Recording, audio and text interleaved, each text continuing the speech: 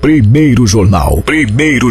Tirol FM, com as primeiras informações do dia. Manhã da sexta-feira, 22 de fevereiro de 2013. Primeiro jornal aqui para a Tirol FM, destacando hoje um dos assuntos com o nosso entrevistado que me dá muito orgulho, é muito bacana sempre a gente ter encontros com pessoas dessa forma. Já tivemos encontro no passado com o padre Eduardo Schuster e esse ano decidimos convocar o padre Alexandre, que assumiu a paróquia de Paverama, paróquia no qual a minha família toda pertence, eu também pertenço ao nosso município vizinho de Paverama. Padre Alexandre, seja muito bem-vindo, bom dia. Bom dia a todos os ouvintes. Uma alegria também a gente poder estar aqui juntos, conversando, refletindo sobre esse tema da campanha da fraternidade, também sobre a quaresma, né? E agora nesse tempo ainda que a gente está iniciando recém os trabalhos ali em Paverama, né, começando a nossa caminhada como pároco pela primeira vez também. Então, é uma alegria a gente poder estar aí e, ao mesmo tempo, estar em sintonia com toda a comunidade através da rádio, né? Exatamente. Qual é que é esse novo desafio de assumir uma paróquia? Nós comentávamos fora do ar, é uma paróquia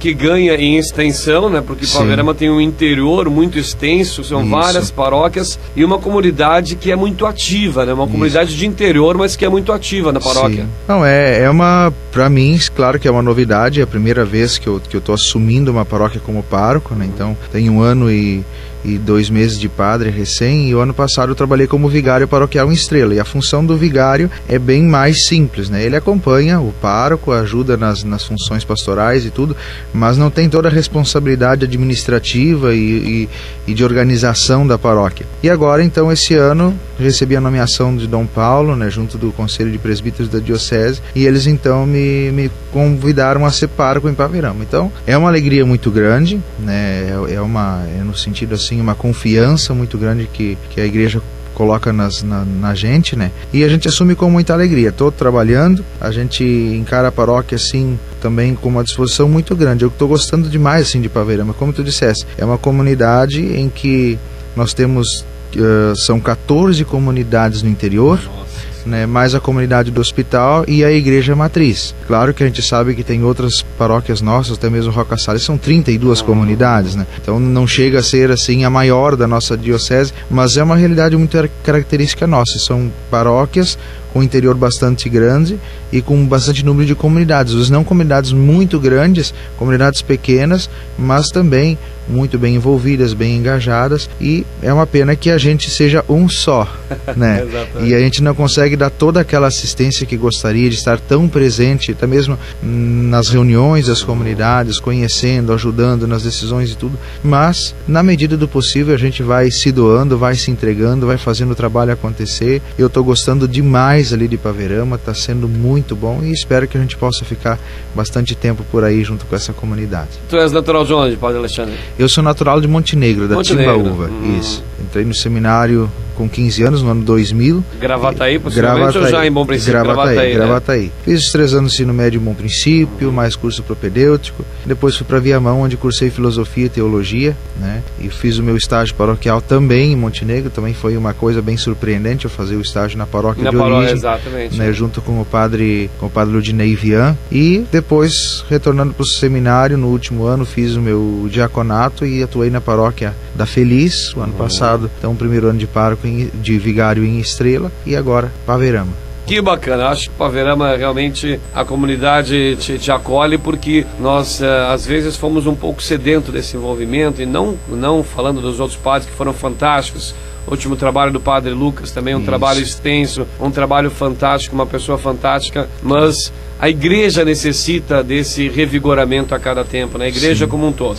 E falando em revigoramento, a campanha da fraternidade desse ano vai trazer justamente essa busca pela juventude, essa busca por um acolhimento e por um envolvimento ainda maior das igrejas católicas por todo o mundo. Campanha da Fraternidade e Juventude, que é o centro do movimento desse ano de 2013, né, Padre?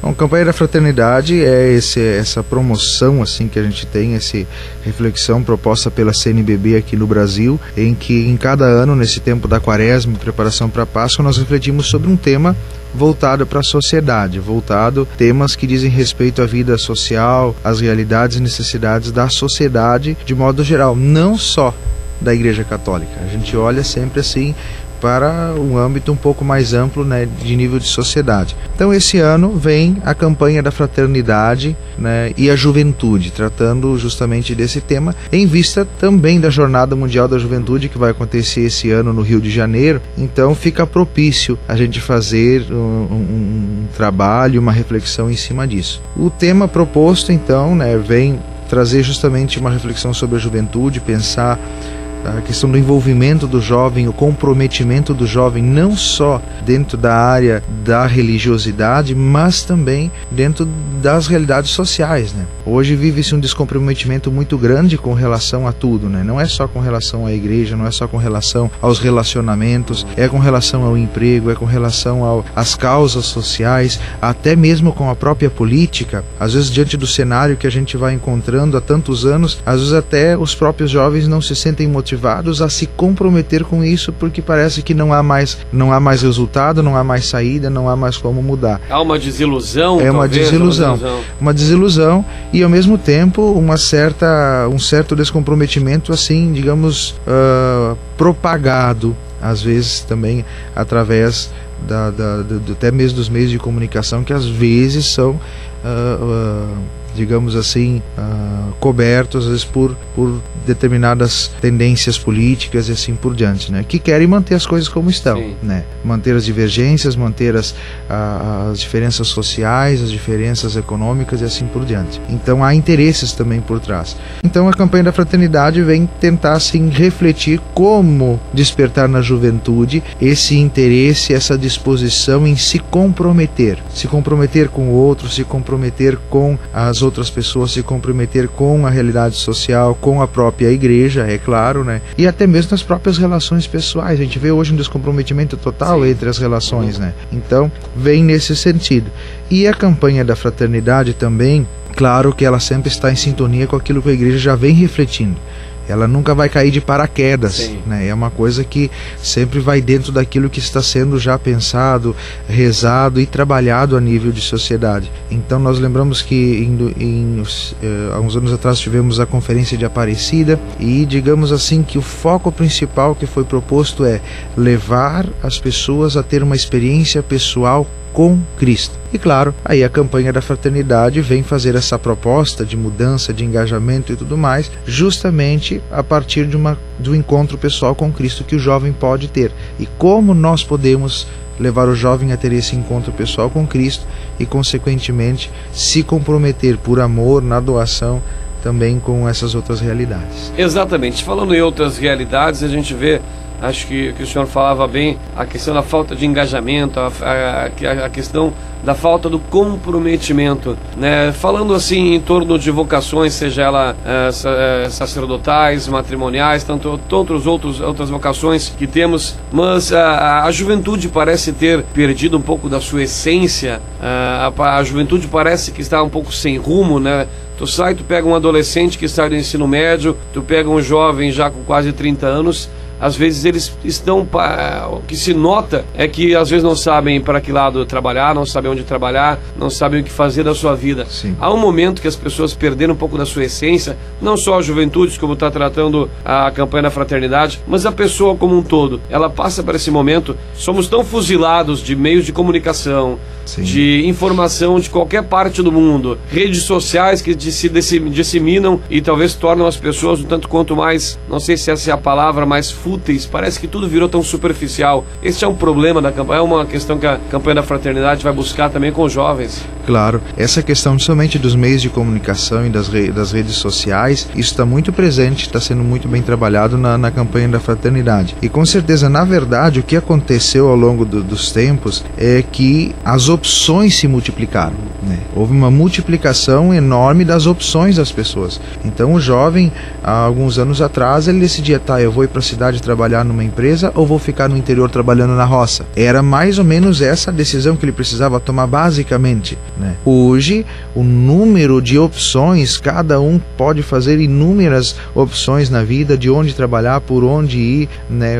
Como desenvolver a sua vida. Só que com isso também veio o seguinte: muitas pessoas dentro isso tudo, vão começando a não conseguir mais a encontrar, não, eu vou me comprometer aqui. E também houve essa tendência que nós temos em nós hoje da vida fácil, é tudo acessível, tudo é prático, o computador está ali, tu não precisa ler um livro, tu vai lá, pesquisa na internet, tu quer fazer alguma coisa, esquentar uma comida, põe no micro-ondas, está resolvido. Então essa facilidade, né, leva com que as pessoas se acomodem um pouco mais, e aí fica difícil fazer uma opção por algo, né? Como eu digo sempre, eu estou pensando muito assim, refletindo bastante nessa questão, né, do comprometimento, porque quando eu faço uma opção por alguma coisa, eu estou optando pelas alegrias, pelas coisas boas que isso me traz, mas junto com isso vão vir coisas não tão boas. E toda vez que tu faz uma escolha, tu tem que abrir mão de algumas coisas também. Exatamente. E aí, às vezes, a gente só quer fazer a opção, ficar com os bônus e não quer os ônus da nossa escolha, né? Então, por exemplo, na questão do relacionamento, se eu escolho namorar com alguém e me comprometer com alguém, eu estou fazendo a opção por aquela pessoa, estou deixando fora todas as outras, porque eu opto por ela. Exato. Só que aquela pessoa, ela não é perfeita, ela também pode ter problemas, pode ter dificuldades, pode ter algumas falhas, só que eu faço a opção por ela. Na igreja, por que às vezes, me afastei da igreja porque eu vi isso, eu vi aquilo, às vezes até mesmo nas outras, não só na igreja católica, em outras confissões cristãs, me afastei porque tem isso errado, aquilo errado, porque eu vi tal pessoa fazer coisa errada. Nenhuma igreja, nenhuma religião é perfeita, porque elas são feitas de pessoas e pessoas também falham. Então aquela coisa, quando eu faço uma opção, eu não tenho que só querer as alegrias e só querer os gozos que essa opção me traz. Eu tenho que me comprometer também na defesa, quando vierem as críticas, quando vierem os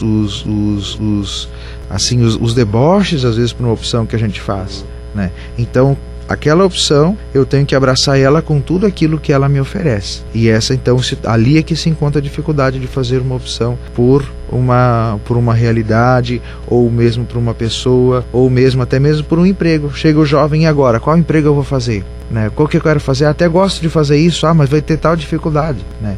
Eu quero ser médico. Mas eu como é que eu vou fazer para ser médico? Aí eu tenho que pagar a faculdade. É muito caro, mas como é que eu... Então, sempre tem aquelas dificuldades que vão vir junto. E o importante é, eu tenho que fazer a opção por aquilo que eu me sinto bem. E aonde aquelas situações que venham a ser divergentes daquilo que eu gosto de fazer, eu vou ter que enfrentar elas sem maiores dificuldades, né? Encarar isso com naturalidade, porque faz parte. Na vida da gente nós vamos ter sempre oposições e vamos ter também situações favoráveis. Padre Alexandre, estamos vivendo no período de 40 dias antes da data máxima do cristianismo, que é a paixão, morte e ressurreição de Jesus Cristo. Isso. Nesses 40 dias, além da campanha da fraternidade, muitas outras reflexões são feitas nas igrejas cristãs. Sim. De todo o mundo também, né? Sim. O tempo da quaresma, esses 40 dias, é um tempo propício para a gente fazer uma revisão de vida. É o tempo em que a gente chama o tempo propício para conversão. Para nós, o que é conversão? Conversão a gente aprende até mesmo na própria autoescola. É mudar a direção, mudar o sentido, mudar o rumo para onde a gente está indo, né? Fazer uma conversão. Então, o que significa dentro do pensamento cristão uma conversão? É tu mudar o sentido, o rumo, a direção da tua vida para Cristo. Tu retornar de novo para Cristo. E a conversão é um processo que inicia com a gente desde o nosso nascimento e só termina com a nossa morte. Nós estamos num constante processo de conversão. O padre precisa de conversão, os religiosos precisam de conversão, os leigos precisam de conversão, aquela senhora de 80 anos que ontem recebeu a visita do padre, levando a comunhão para ela em casa, precisa de conversão, nosso Papa Bento precisa de conversão, todos nós precisamos de conversão. Ninguém pode dizer assim, eu sou um convertido. Não, eu sou alguém que estou num processo de conversão. E aí, então, durante o ano nós temos esse tempo propício para mudar de vida. Todo o ambiente da igreja, a reflexão, a liturgia, tudo isso vai levar a uma reflexão e a um pensamento de a gente se converter e reconhecer que nós somos falhos, que nós somos pecadores. Temos essa atitude de humildade. E reconhecer-se pecador não é se reconhecer-se um lixo, se reconhecer-se alguém inútil. Não, é simplesmente reconhecer que eu posso melhorar, né? Reconhecer-se pecador diz assim: eu ainda posso ser melhor, eu não sou o melhor, eu não sou o perfeito, eu não sou o tal, eu sou alguém que posso até ser bom, mas ainda posso ser melhor. Então essa reflexão vai perpassando esses 40 dias. Isso é desde o começo que a igreja começou a se estruturar liturgicamente, organizar o seu ano litúrgico, tem esse tempo de conversão. No início até era muito interessante, durante os 40 dias não se comia carne, né, no sentido de se preparar para a Páscoa, de fazer um jejum, e ao mesmo tempo aquilo que a gente se abstém, a gente doa ou entrega numa atitude de caridade. E aí também entra a festa do Carnaval, que esses dias até eu explicava, é uma festa cristã, era uma festa que iniciou conosco, porque se ficava 40 dias sem comer carne, então se fazia festa da carne na véspera da quarta-feira de cinzas. Aí veio o Carnaval. Por isso, Carnaval. Hoje o Carnaval continua a festa da carne, mas no sentido mais esdrúxulo possível da palavra, né? no sentido mais baixo possível. Então, claro que a gente tenta aos poucos ir refletindo com o pessoal e resgatando o sentido verdadeiro. Então, durante esses 40 dias vai se preparar para a Páscoa através de 3 coisas: o jejum, a esmola e a oração. A oração porque só quem pode nos perdoar, nos redimir, é o próprio Deus. Então nós precisamos reconhecer que é Ele que nos dá essa graça do perdão. O jejum para nós superarmos as nossas vontades, os nossos vícios e os nossos desejos. E sempre pensando assim, nós jejuamos sempre de algo que nos é superficial, não é o essencial da vida, né? Nós sempre fazemos a opção: eu não vou tomar refrigerante na quaresma, eu não vou comer carne na quaresma, eu não vou beber bebida alcoólica na quaresma, não vou comer sobremesa na quaresma, ou não vou assistir uma novela na quaresma, né? E isso, né, é para o sentido de nós termos um domínio sobre nós mesmos, o autodomínio, né? Domínio sobre si, domínio sobre as suas vontades, e reconhecer que aquilo que nós temos ali de repente não seja essencial para a nossa vida. É bom, é importante, mas não é o essencial. O essencial é nós termos comida, nós termos bebida, o essencial é nós termos alguém do lado da gente, o essencial é nós termos um sentido para viver, né? O essencial é nós termos amigos com quem a gente possa conviver. Isso são coisas essenciais. Outras coisas são superficiais, que são importantes, até nos ajudam, mas que a gente tem que reconhecer que elas não fazem parte do fundamento da estrutura da nossa vida. Elas são, digamos assim, acessórios. E aí, a esmola, no sentido da caridade. Esmola, de novo, a gente tem que voltar àquela reflexão. Não é simplesmente dar uma esmolinha para um mendigo que está na rua. Isso não me compromete com ele. A esmola no sentido do comprometimento, de eu enxergar nele alguém como eu. E se eu estivesse na situação dele, como eu gostaria de ser tratado? E aí, então, o meu jejum, por exemplo, está ligado intimamente com aquela esmola que eu vou viver aquela caridade. Eu até lembro que agora no começo da quaresma, na quarta-feira de cinzas, eu propunha para o pessoal, cada um fazer o seu propósito pessoal. Então, não vou tomar refrigerante durante a quaresma. Ótimo. Aquele valor, talvez, que eu ia investir em refrigerante, eu vou reverter de repente em alimentos não perecíveis e vou entregar na comunidade para ser distribuído para as pessoas carentes, né? Ou, por exemplo, eu não vou assistir a minha novela, ou não vou acessar o meu Facebook durante o tempo da quaresma. Aquele tempo que de repente eu ia investir, ou perder, depende, né? Naquele programa ou naquela rede social, né, que são bons. Por exemplo, uma rede social, um Facebook é bom, tu te comunica, tu transmite, quantas coisas eu mesmo faço pelo Face, mas aquele tempo que eu ia usar ali, de repente agora eu vou investir ele, por exemplo, na visita a um doente. Eu dizia para as famílias, de repente vai lá e tira esse tempo para ir lá visitar aquele vizinho que há 10 anos te convida para tu ir lá tomar um chimarrão com ele. uma hora eu vou, e tu nunca encontra aqueles 10 minutos para ir lá. No entanto, fica 1 hora na frente da televisão assistindo a novela, né?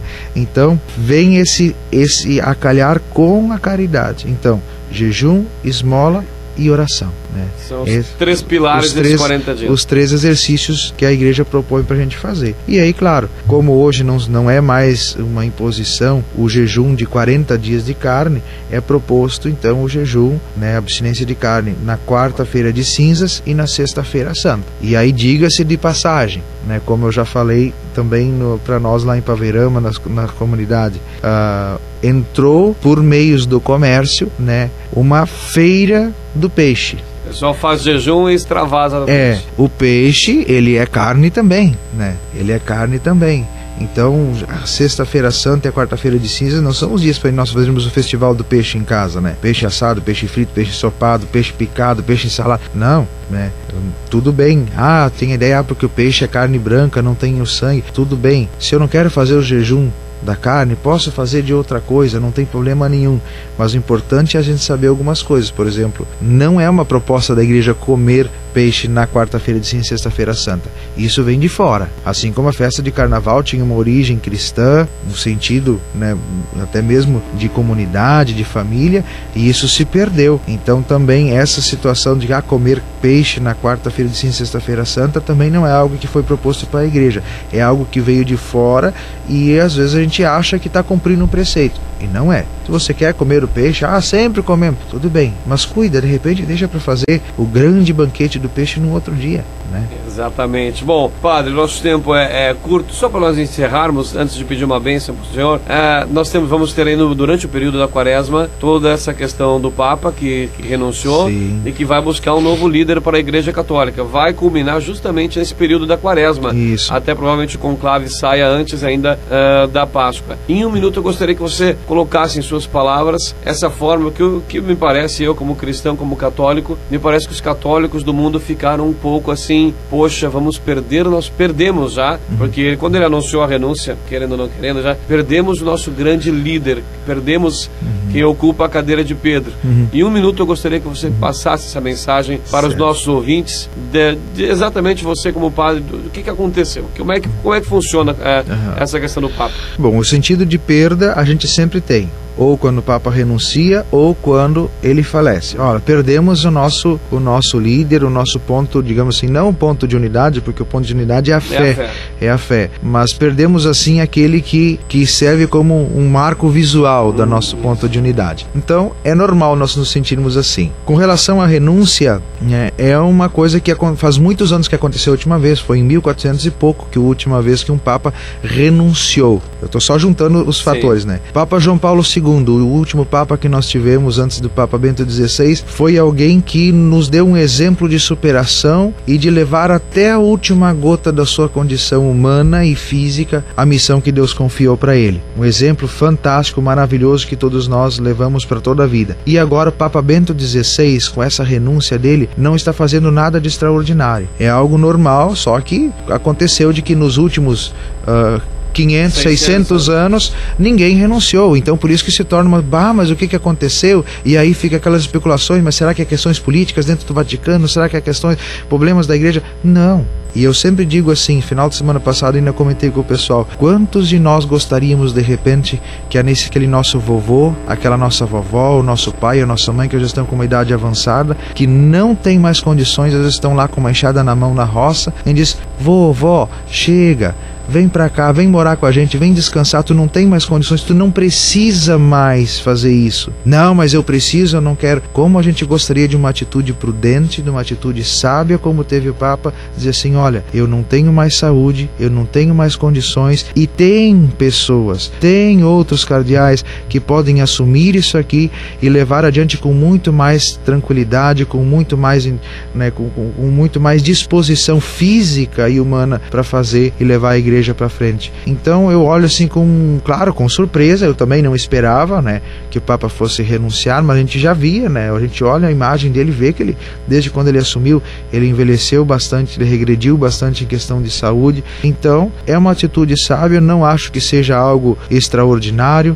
não, com certeza não tem nada a ver com os problemas da igreja, porque seria então um antitestemunho muito grande fugir, né, não, né, e não é, a gente já sabe pelo histórico do próprio Ratzinger, por assim dizer, que ele não seria um homem de fugir da dificuldade, de fugir do problema. Então, encaro com uma certa naturalidade isso, e a única coisa que cabe a nós é rezarmos, claro, agradecendo a Deus pelo Papa Bento XVI, e para que o conclave escolha o Papa, não que a gente quer, mas que a igreja precisa. Acho que acima de tudo, isso é o que é o mais importante. Padre Alexandre, pároco de Paverama, a gente quer te agradecer, deixar essa mensagem da Quaresma, obrigado pela sua disponibilidade de vir até nós, aos nossos estúdios, estamos de portas abertas, toda a comunidade paverama Clemência, a comunidade regional como um todo, a qual a rádio estende os seus braços, e estamos à disposição. Obrigado. Gostaria que você deixasse uma bênção final a todos os nossos ouvintes. Tá certo. Muito obrigado pela oportunidade e, se Deus quiser, outras vezes estaremos juntos aí conversando também sobre outros assuntos. Vamos pedir a bênção de Deus para nós, para o nosso dia, para esse final de semana que nós estamos iniciando. O Senhor esteja convosco, Ele está no meio de nós. Abençoe-vos,